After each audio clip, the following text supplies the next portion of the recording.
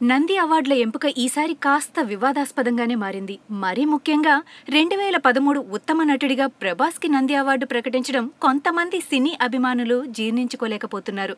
మరీ ముఖ్యంగా పవన్ కళ్యాణ్ ఫ్యాన్స్ ఈ విషయంలో బాగా హర్ట్ అయినట్టు తెలుస్తోంది. 2013లోనే పవన్ కళ్యాణ్ నటించిన అత్తారింటికి దారేది విడుదలైంది.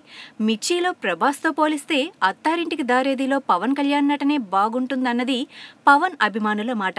మరీ ముఖ్యంగా క్లైమాక్స్లో రైల్వే స్టేషన్ సీన్ ని పవన్ కళ్యాణ్ చించి అవతల పారేశాడని, అలాంటి సీన్ మిర్చిలో లేదన్నది పవన్ కళ్యాణ్ ఫ్యాన్స్ మాట. పవన్ కి నంది ఇవ్వకపోవడానికి రాజకీయ పరమైన కారణాలున్నాయన్నది విశ్లేషకుల మాట. ఎంత కాదన్నా పవన్ టీడీపీ మనిషి. గత ఎన్నికల్లో పవన్ టీడీపీని గెలిపించేందుకు పాటుపడ్డాడు. రాష్ట్రం రెండుగా విడిపోయిన తర్వాత నంది అవార్డులు ప్రకటించడం ఇదే తొలిసారి. ఇప్పుడు పవన్ కి అవార్డిస్తే టీడీపీ మనిషి కాబట్టే పవన్ కి నంది ఇచ్చారన్న విమర్శలు వినిపించే అవకాశం ఉంది.